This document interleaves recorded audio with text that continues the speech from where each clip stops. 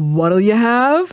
Well, I'll tell you in just a second. Hello, I'm Josie Grace, and on this episode of In the Spotlight, we take a look at Pabst Blue Ribbon beer.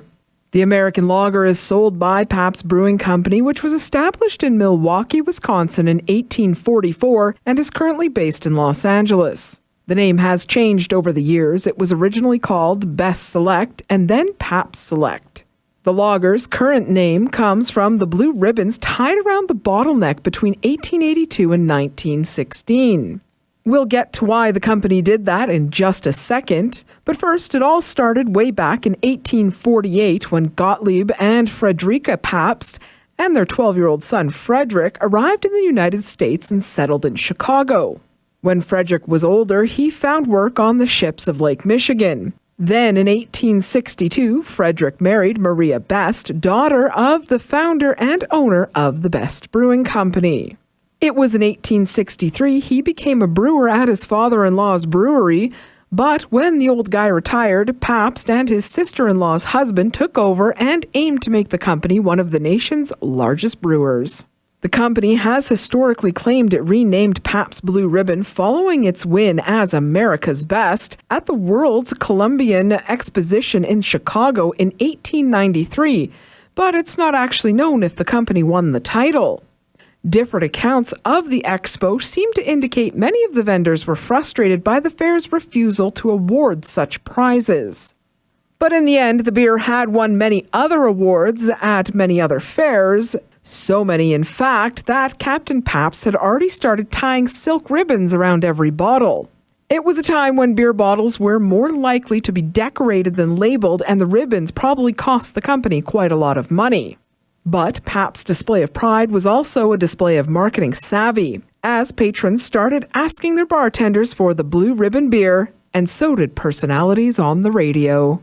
Say, Mr. Wallington, do you know the most important question they're asking these days from Brooklyn to L.A.? Why, sure, Riley. What'll you have? No, not in Brooklyn, it ain't. In Brooklyn, they say, what'll yous have? Oh, yeah? Well, the answer's always the same. Pabst Blue Ribbon. What'll you have? Pabst Blue Ribbon. What'll you have? Pabst Blue Ribbon. What'll you have? Pabst Blue Ribbon. Pabst Blue Ribbon beer. Smoother, smoother, smoother flavor. Zest and sparkle, millions favor. Taste that smoother, smoother flavor. Pabst Blue Ribbon beer. Finest beer served anywhere. Pabst Blue Ribbon. Prove it yourself with a three-way experts test. 1, your eyes are pleased with that blue ribbon clearness and sparkle. 2, your nose is teased with the aroma of blue ribbon hops. 3, your taste agrees. Finest beer served anywhere. Pabst Blue Ribbon beer. What'll you have? Pabst Blue Ribbon. The American Meat Institute, Procter & Gamble, and Pabst Blue Ribbon Beer took turns as sponsors for The Life of Riley from 1949 to 1951. Oh, it's the life of Riley when it's Pabst Blue Ribbon you drink. The finest beer served anywhere, so let the glasses clink. Oh, east or west or north or south, there's nothing like it at all. Yes, you're living the life of Riley when for Pabst Blue Ribbon you call. When for Pabst Blue Ribbon you call. Pabst Blue Ribbon, finest beer served anywhere, proudly presents The Life of Riley, starring William Bendix as Riley.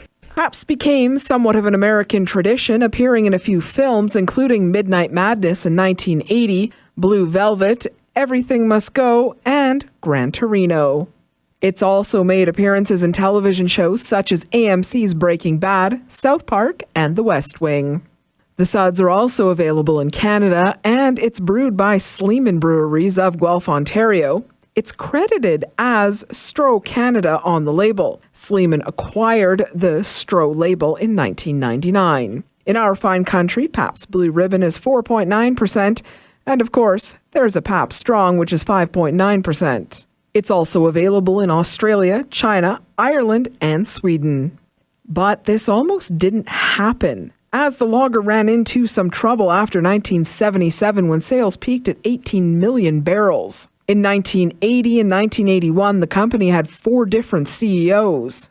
By 1982, it was the 5th in beer sales in the U.S., dropping from 3rd in just 1980. In 1996, Pabst headquarters left Milwaukee, and the company ended beer production at its main complex there. By 2001, the brand's sales were below 1 million barrels. In 2010, food industry executive C. Dean Metropoulos bought the company for a reported $250 million. Then, in 2011, the U.S. Securities Exchange Commission forced two advertising executives to cease efforts to raise $300 million to buy the brewer. The two had raised over $200 million by crowdsourcing, collecting pledges via their website, Facebook, and Twitter. In November of 2014, Eugene Casper, an American beer entrepreneur, and TSG Consumer Partners acquired Pabst Brewing Company. In 2015, Pabst won the Best Large Brewing Company of the Year award at the Great American Beer Festival. And because of all the effort, we still get to enjoy this beer today. So, What'll you have? Pabst Blue Ribbon. What'll you have? Pabst Blue Ribbon. In Texas on the Rio Grande, their cowboys have a favorite brand. They serve it at your local bar. Sing out, partner, for PBR. What'll you have? Pabst Blue Ribbon. What'll you have? Pabst Blue Ribbon. What'll you have? Pabst Blue Ribbon. Pabst Blue Ribbon beer. Smoother, smoother, smoother flavors, zest and sparkle, millions favor. Taste that smoother, smoother flavor. Pabst Blue Ribbon beer. Finest beer served anywhere. Pabst Blue Ribbon. Prove it yourself with a three-way experts test. 1, your eyes are pleased with that blue ribbon clearness and sparkle. 2, your nose is teased with the aroma of blue ribbon hops. 3, your taste agrees. Finest beer served anywhere. Pabst Blue Ribbon beer.